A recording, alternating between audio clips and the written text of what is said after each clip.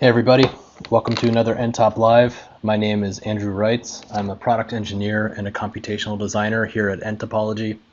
Today I'm going to be teaching you how to create a parametric 3D texture unit.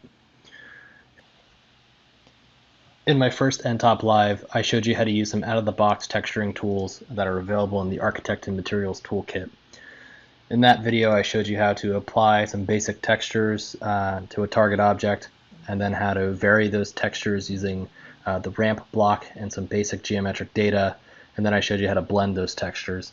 In my last and most recent nTop Live, I showed you how to create a texture unit, or how to take any piece of geometry really, and map it and array it along a CAD surface and have it orient itself relative to the curvature and normals of those CAD surface. And then I showed you how to use data to then scale each element.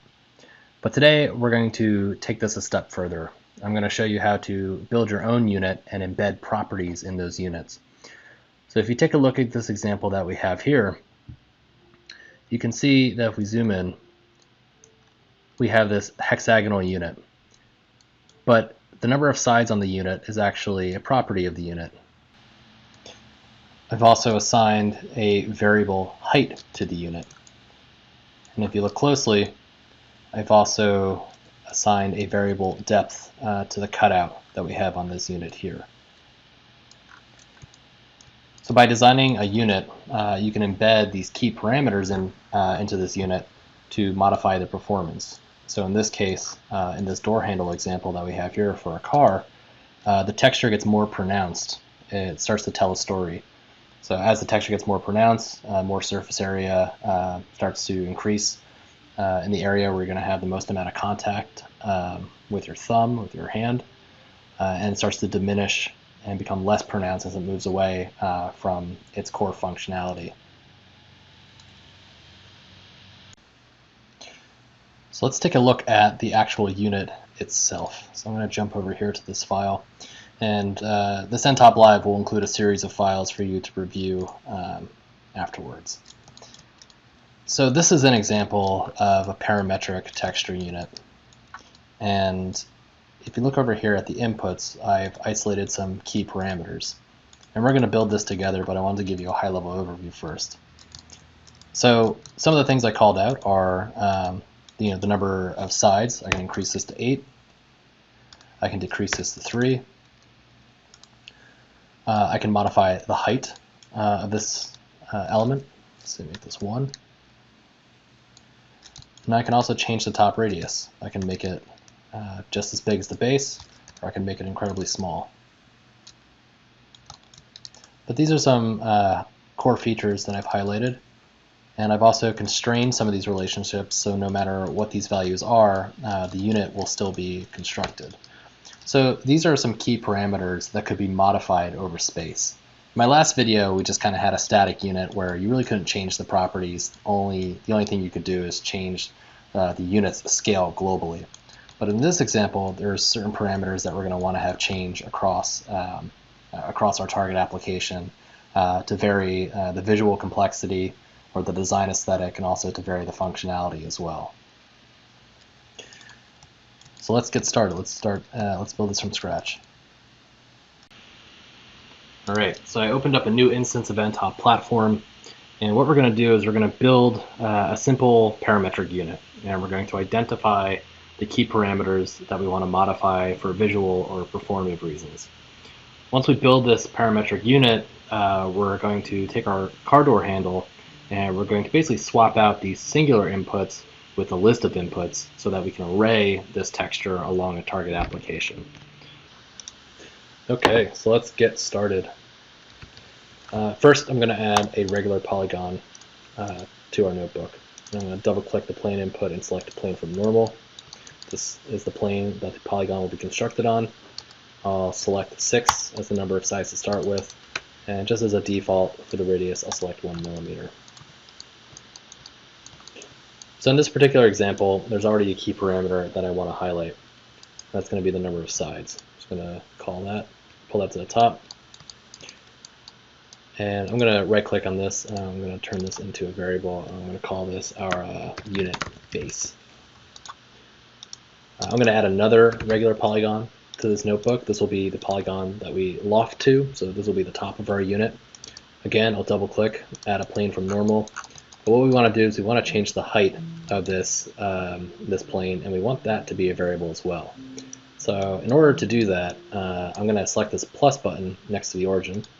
What that allows me to do is add a block here, and I can come down to the Z input, and I can type in 1 millimeter. That's just kind of like a default starting value. So I'm going to right click on the Z, and I'm also going to make that a variable. I'm going to bring it up to the top. I'm going to call this my unit height. And while I'm at it, I'll double click and I'll call this my unit side count. So for the number of sides, I can use this variable. I can drag and drop. Alternatively, I could double click and my variables are promoted to the top of this drop-down menu. And for the radius, let's start with 0.5. Let's make it a bit smaller. Now this is something I'm going to want to expose to the user, so I'm going to make that a variable, bring this up to the top, and I can call this my top unit radius.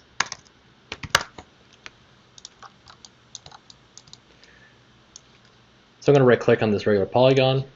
I'm going to call this my unit top. I'm going to collapse these. And so now what I want to do is I want to loft these two.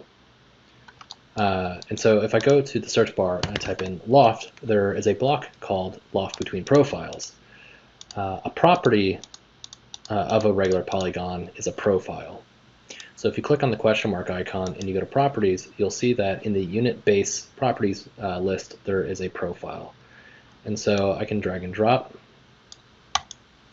I'll do the same for my unit top as well. So just to keep things clean, I'm going to rename this base profile, and I'll rename this top profile. Now I can just simply drag and drop. And there you have it. We have a implicit parametric unit cell, where I can go ahead and I can modify the number of sides. I can make it 3, make this 8. I can modify the height. I can make this extremely tall. I can make this very small.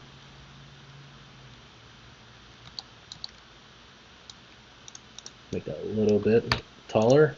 And the radius as well. I can make this very small. I can make this maybe 0.1 millimeter. Or let's make this something pretty large, like 2. So you'll notice that maybe that's something that's undesirable. This isn't a parameter that we want to exceed the original base radius, which is 1 millimeter. So what we can do next to make this unit a bit more sophisticated is we can build in some constraints. So that way, when we start to propagate this unit in an array, we know that nothing will break.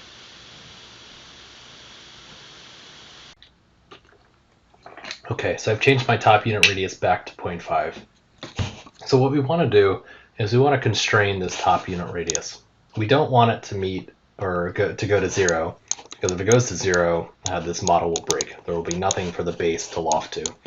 And we don't want this to go above 1 either. And 1 is the hard-coded radius of the base of the profile. If it goes above 1, if you're thinking about injection molding this part, you're going to have undercuts. And so we want to make sure that it doesn't go above 1. So to do that, we can use a block called clamp. And what we're going to do is we're going to clamp this value between an extreme minimum and an extreme maximum. And we'll insert that these clamped values into our unit top radius here. So what I'm going to do is I'm going to actually remove this top unit radius from the radius of our top unit here. I'm going to double click and I'm going to type in clamp. So what clamp will do is I'm going to take this top unit radius and insert it into our value. What we'll do is if I type in 0, we want to make sure the minimum most value that this radius ever is, let's say, is 0.1. And the most that this value will be is going to be 1. So you see right now my top unit radius is 0.5 millimeters, so the value is 0.5 millimeters. But if I were to make this 0, you'll see that the output is 0.1, which is what I've specified here. If I were to change this to 2, which exceeds the maximum, 1, the output will be 1. So this is one way when you're building a model, whether it's for yourself or for a colleague, to create a parameter and clamp it or constrain it in such a way where you know no matter what input you put in, maybe it's by accident, maybe it's a user error, that your model won't break. So I'm going to minimize this. So I'm going to change this back to 0.5. So let's clamp the height as well. In this example, if the height, again, if it hits 0, the loft will fail. So we want to make sure that we define a minimum, and perhaps for manufacturing reasons, for functional reasons, we don't want the height to exceed 2 millimeter. So I'm going to minimize this. I'm going to go to our top unit, and what we're going to do is we're going to remove unit height from the Z input here.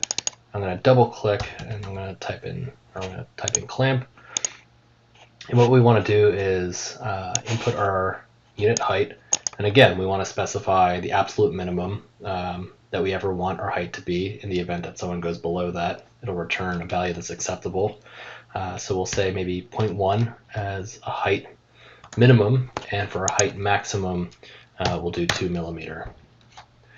And since right now our unit height doesn't go below this threshold or above this threshold, it returns the value we typed in. But in this case, if I typed in 0, it will return the minimum of 0.1. If I were to type in a height of 3, it will return a height of 2.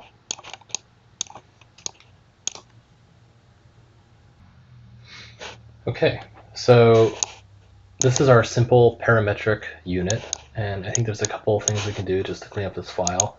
I'm just going to promote these key variables here to the top. So I can right click on the variable that I want to promote, and I can say make model input. For everything else, I'll just collapse everything, and lastly I'll take the loft between profiles. I'll turn this into a variable, and I'll just call this my texture unit. Now the next step is to basically replace these singular inputs with lists of inputs, so that way we can array this unit along a car door handle, and then what we can do is find or use data to then modify these key properties. Now in this example, for today's nTop Live, we're going to continue with this basic unit and these 3 core parameters here, but in the files I've included, I've also included this advanced texture unit where you have control over the sides, the height of the unit, the top radius, but also the cutout radius and the cutout depth as well to increase the surface area and produce like suction cup-like effects here with this unit. And so I've included this as well, but for the sake of time, we're just going to focus on this simple unit that we've designed here. Okay, so let's jump over to the in-context example. So what we're going to do next is we have our unit, we've defined the key parameters, but what we want to do is find a way to propagate this unit along this car door handle here. So I'm going to open up a working file, and we're going to start from a foundation, and we're going to build this texture up. Okay, so I've gone ahead and I've made this demo working file, which I'll include in the files for download. But I basically just went ahead and set up some things for us to save some time. So let's review what I've done here. So I've imported this door handle, so it's a CAD part composed of multiple bodies, and I've gone ahead and I've converted basically the handle and the outside frame into implicits. And then I went ahead and I created this base grid of points here. And these base grid of points are going to represent the center of the planes that we're going to use to map the base of our textured units to. So let's take a look at this in a bit more detail. turn off these previews here. So the first thing I did to create this, I'll just briefly go through this, is that I took our handle face, which is the face that we want to apply the texture to, and I reparameterized it so that we could apply a conformal lattice to that CAD face. But you'll notice that that CAD face, that this lattice extends beyond the CAD face. So I went ahead and I trimmed that lattice based on the implicit handle that we have here. And then I went another step further and I removed some of the open beams just so we have some clean geometry to work with. And then as a property, I extracted the vertices. There's also a block called extract lattice vertices. So I'll turn that on. And so that's how I derived this base grid of points here. And of course, if you change the lattice type, then you can also change the distribution of these points here. I chose body-centered cubic because I think it produces a really nice packing, especially with hexagonal elements, and so that's what I'm going to focus on for this nTop Live. So what we want to do is start to build our unit from the ground up. And so like in the first file, we basically just want to create the base of our unit. And the base of our unit is going to be positioned at the very center of these points here. So I'm going to go into our search bar and I'm going to type in regular polygon. I'm going to add that to our notebook. And for the plane, I'm going to double click and say plane from normal. Now I'm going to want to change the normal. And if you look at our view cube here, it looks like the normal is in the negative y. So I could do, let's see, -1 to make that 0. But then I want the origin of that plane to be located at each one of these points here. So I'll simply drag and drop this base grid of points into our point input. So now all the normals are normal to our door handle. And I'm going to turn off that plane preview. I'm going to type in 6 as the number of sides, and for the radius, I'll type in 1. So already you can start to see this thing come to life. We have the base of our unit here, so I'm going to right click, turn this into a variable, call this base unit polygon.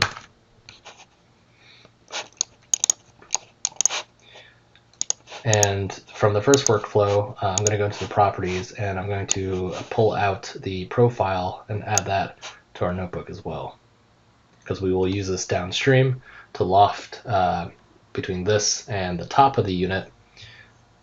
Let's just give this a second to render. And then I'm going to double click and I'll call this our base profile. So I'm going to come in here, I'm going to add a note, and I'm going to call this step 4. I'm going to say create the base of the texture units.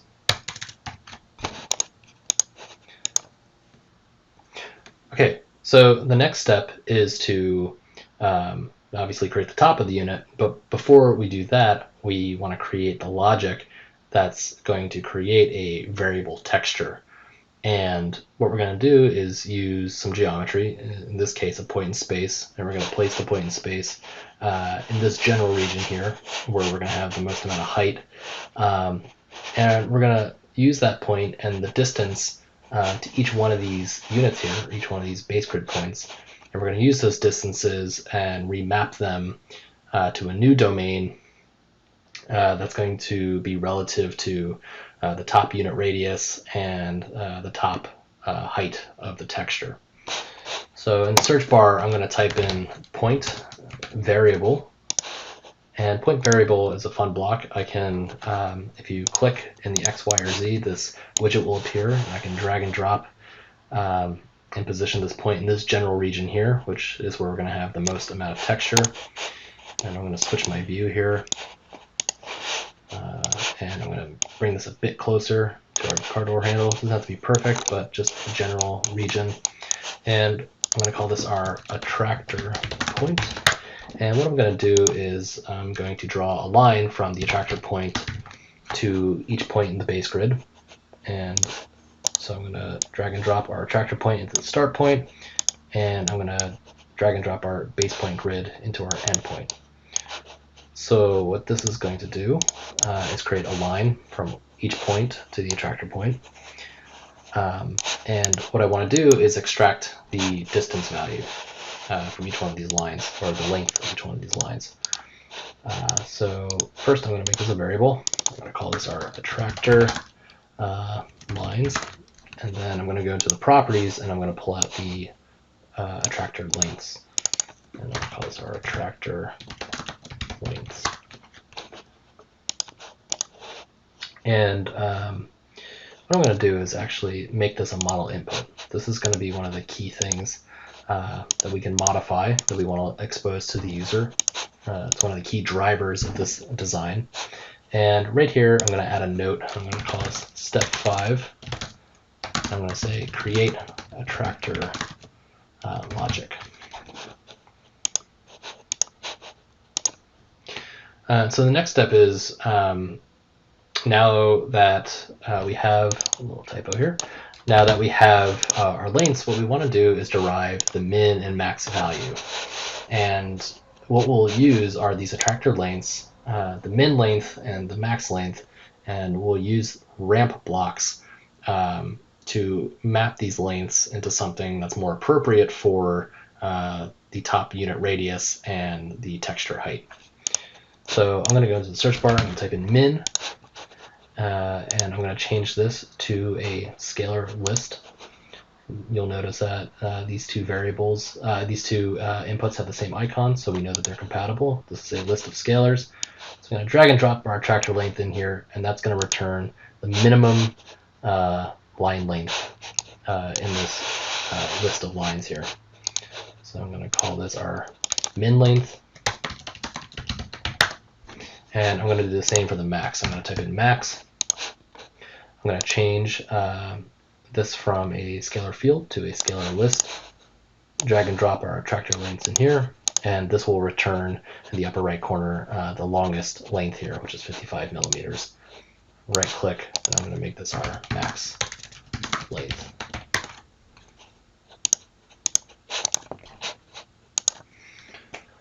So now we're in a position to start to construct the top of the unit. And what we can do is supply a list of variable radius values and a list of variable height values. Okay, so let's create the top of the units. So I'm going to turn off our attractor lines here. I'm going to turn on our base polygons, and I'm going to go up to our search bar, and I'm going to type in regular polygon.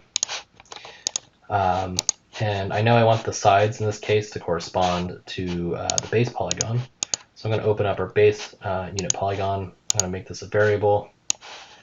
Actually, I'll promote this to the top. We'll make this one of our main parameters. So unit side count. And if I go down to our new polygon and I go to the sides, I can double click, and I'll call this our I'll call the variable name, so unit side count. So the plane and the radius, these are what we want to vary. So plane, I'm going to double click and type plane from normal. And similar to before, we want to align the normal to the actual corridor handle. And then the origin is what we want to change here. So the origin is going to be based on our base point grid, but we want to modify this a bit. So what I'm going to do is I'm going to type in point, and what I want to do is from our base point grid, I want to extract the x value and the z value, but I want to modify the y value. So I'm just going to drag and drop our z values here, and you'll notice that if I take the y value and I just drag and drop it here, we'll basically have reconstructed that base grid of points. But what I want to do is actually add some values to those points. And so I'm going to open up my base grid of points. I'm going to take the y value, and what we're going to do is we're going to add some variation to the y. So the y value is kind of like our base, and what we're going to do is just add either a little bit or a lot based on this attractor logic that we set up in the previous step. So what we want to do is go up to the search bar. We're going to add a ramp block to our notebook, and ramp will allow us to take these attractor lengths and map them into a domain that more appropriately corresponds to the height, the variable height of the texture that we want to create.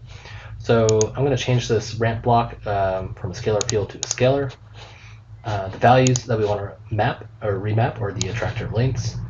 And what we need to do is apply the min and max bounds of this list of lengths. So we already have our min, we already have our max. And now what we want to do is say, okay, like what's the minimum amount we want this texture height to be? And so what's interesting here is that we're actually going to reverse this. We're going to make the output min the largest. So the values that are closest to this point we want to be much larger. So maybe we'll say 2 millimeter. And then as it moves away, so as the distance from that line increases, we want the texture to be pretty small. So maybe 0.1 millimeter. And the continuity, we'll select geometric to make it linear. And so now if we add those values to the base point grid y value, so you can think of this as kind of like just 0, we can just add this ramp here. So if we turn off our plane, let's just give this an arbitrary radius for now. Let's just make it 0.5 millimeter, and we'll replace this with something variable. So I'm going to go into our view here. So you can see that, it's a little difficult to see, but you can see that we have a consistent radius, but you can see that the height is changing in this case. But the one thing I want to make sure is that we're actually going in the right direction. So if I turn on our handle here, it looks like the top unit is actually going in the opposite direction. So what we're going to do is we're going to turn this into a variable. And we're going to call this our variable height list. And in here, we're going to type dot, and we're going to take the negative. So by adding the negative value, if I go to a top view here, so by adding the negative value, we're ultimately just essentially inverting or reversing the direction. So now these top units here are going to be in the position that we want them to be in. So now let's make, and if I turn off the base polygons here, this might be a bit easier to see. So now what we want to do is we want to modify the radius. So now we have a variable height. So now we want to apply a variable radius here. So we're going to use the same logic. We're going to come up here to the search bar. We're going to type in ramp. We're going to change the overload type from scalar field to scalar. And I'm going to drag and drop our attractor lengths in as the length values that we want to remap to a new domain. We're going to take our min bounds and our max bounds here. And so now let's consider, what do we want our min and what do we want our max length or radius to be? So maybe perhaps the smallest radius.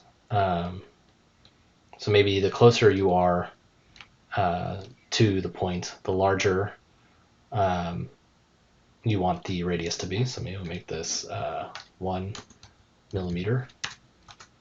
And the farther away, you want to make this 0.1 millimeter. And we'll make the fall off linear. So I'll do the same thing. I'll turn this into a variable. I'll call this our variable radius list. And what I'll do is I'll drag and drop this variable radius list and replace our constant value here. So now you can see our texture not only diminishes in height, but it also diminishes in size as it moves away from that base point. So now our texture is really pronounced, where we're going to have the most amount of grip for the user. And maybe just to make the design a bit better, instead of making this 1, I'll make this slightly smaller than the base radius.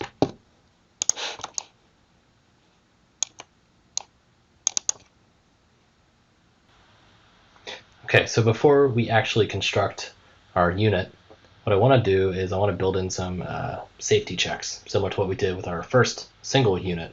We want to make sure that the height doesn't go below or above a certain value, and we also want to do that for the radius as well.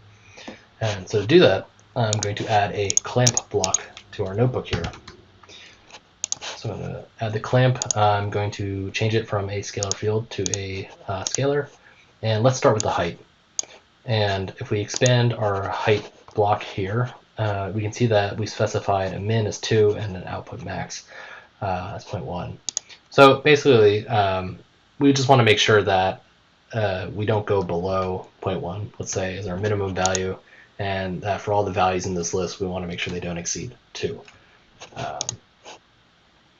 So I'm going to make this a variable. I'm going to call this our clamped height values. I'll put this here just so keep things organized. And what I can do is come down here. I can remove our variable height list, replace it with these clamped height values. And also what I want to do is, similar to before, is I want to grab the negative of that as well. So now if I go to the variable height list, I can expand that block, and let's turn our output min and max into a variable. And I'm going to promote these to the top of our notebook because these are some key parameters that we want to have exposed. So we can call this our texture height minimum. We can call this our texture height max. Cool. So now we want to do the same thing for our variable radius list. We want to add a clamp block to our notebook here, change that from a scalar field to a scalar, add our variable radius list as the value input. And what we want to do is no matter what values are in this list, we want to make sure that the radius doesn't go below, let's say 0.05 millimeter, and we want to make sure the radius doesn't go above 1. And that's the hard-coded value that we have for our base unit. So what we can do to be a bit more thorough about this is we can actually take that hard-coded value. We can turn this into a variable. We don't need to promote that. That's maybe not something we want to expose. We can call this our base texture radius, and I can use that as an input as our max. So this way, the top of the unit will never exceed the base, and so you'll never have undercuts. So I'll make this a variable. I'll call this our clamped variable radius, or clamped variable radii, I should say. And I'll replace our constant. I'll replace this input here. Close that. Drag and drop our clamped variable radii values there. So now we've built in those constraints, and if I open up this variable radius list here, I can turn the output max and min into variables and promote them and expose them to the user. I'll bring them down here, and I will rename them. So we'll call this our radius max, our texture radius top texture radius max.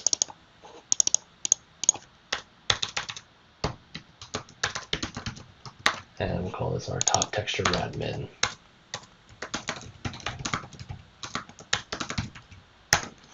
Cool. All right, so now we're ready to construct our unit. So I'm going to right click, and I'm going to call this the top unit polygon. So now the rest is going to be really straightforward.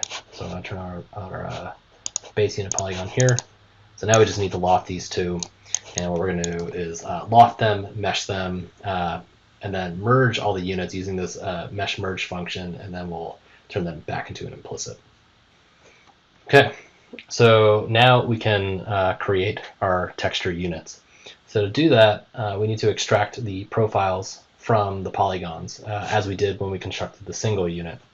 So I'm going to go into our base unit polygon, go into the properties, and I'm going to extract the profiles, and I'm going to drag and drop them at the bottom of our notebook. and I'm going to do the same for our top unit polygon as well. Once they're in the notebook, I'm going to rename them. I'm going to call this our base profile, and down below I'll call this our top profile. So the next part is important. We're going to loft these together, but it's important that the visibility of the loft block is not on. We have about 500 or so units here, and when we loft them together, if the preview is enabled, it's going to go through and try to render each unit one at a time. So to efficiently render this and to save computation time, what we're going to do is we're going to loft these two, but we're going to turn the preview off and we're going to mesh them, because that's the step that we need to take anyway. So I'm going to come up here to our search bar and I'm going to type in mesh from implicit. So I'm going to start at the end. And what we're going to do is the body is going to be the loft between profiles. And so this is really important. I'm going to turn off the loft between profiles, and I'm going to drag and drop the base and the top profile into my input. I'm going to let that run. This should take a few seconds. And then I want to specify the feature size here in order to create a mesh. So let's start with a 0.25 millimeter feature size, and we can make the adaptivity 0. So let's give this a moment to compute. Okay, so I edited out some time there, but that took about, that was less than 20 seconds to get this result, to loft all 500 and then to convert them to a mesh. And so let's zoom in here. I think that resolution is pretty good. To see these more clearly, you can right click on a mesh and you can say, you can uncheck the wireframe so you can see their values here. It's looking pretty good. Cool, so the next step is I want to convert all 500 of these units into one single mesh. And so there's this really powerful function called merge mesh. And so merge mesh, it takes a list of meshes, and we already have a list of meshes. So I'm going to delete this mesh list input, and I'm just going to drag and drop our mesh from implicit body in here. And what I'll do to break up the notebook is I'm going to add a note here, and I'm going to call this step 6, create units. Create single texture geometry. So again, so now we have almost instantaneously, this took 500 or so units and turned it into one piece of geometry. So I'm going to turn off the wireframe here.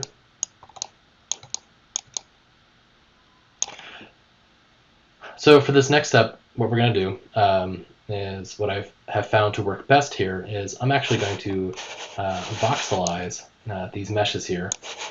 And then I'm going to convert to an implicit to ensure that we arrive at the cleanest geometry here.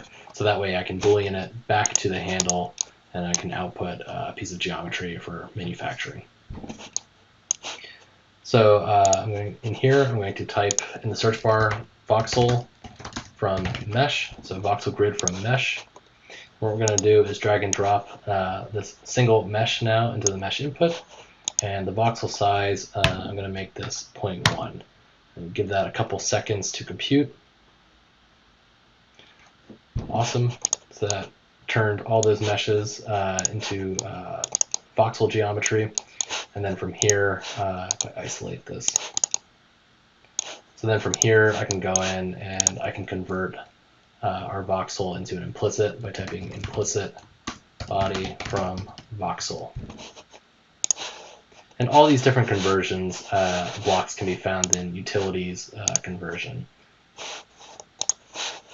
So I'm just going to drag and drop our voxel grid from mesh into our implicit body from voxel grid block. Give that a second to run. Awesome. So now we have a single piece of implicit geometry. So I'm going to right click, turn this into a variable, call this our implicit texture.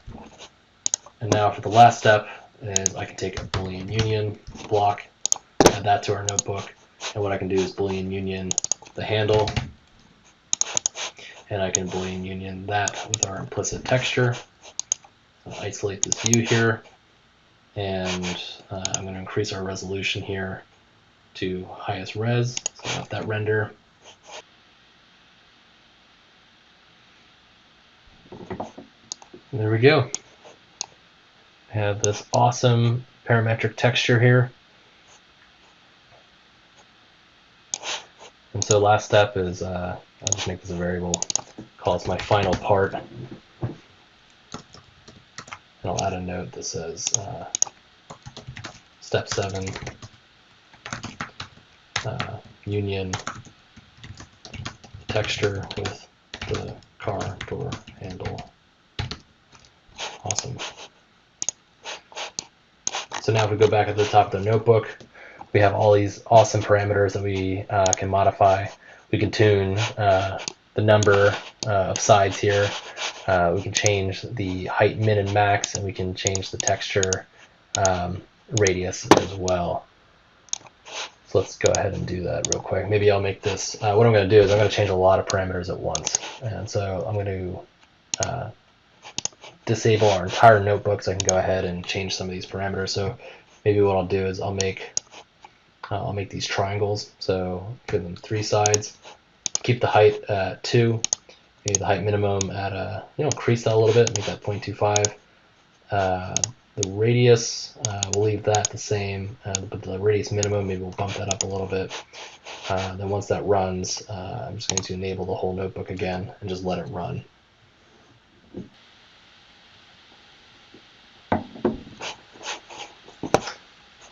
Not bad. It's looking pretty good. I think we could do a couple things to make this a bit cooler. But yeah, the world is yours right here. Feel free to go in, make this your own. And I want to challenge you to take that advanced unit that I've supplied. I've supplied this file as well, but challenge yourself to try to take that texture unit with some additional properties and additional designs and try to map that onto the car door handle as well. All right, thanks for tuning in, and see you next time.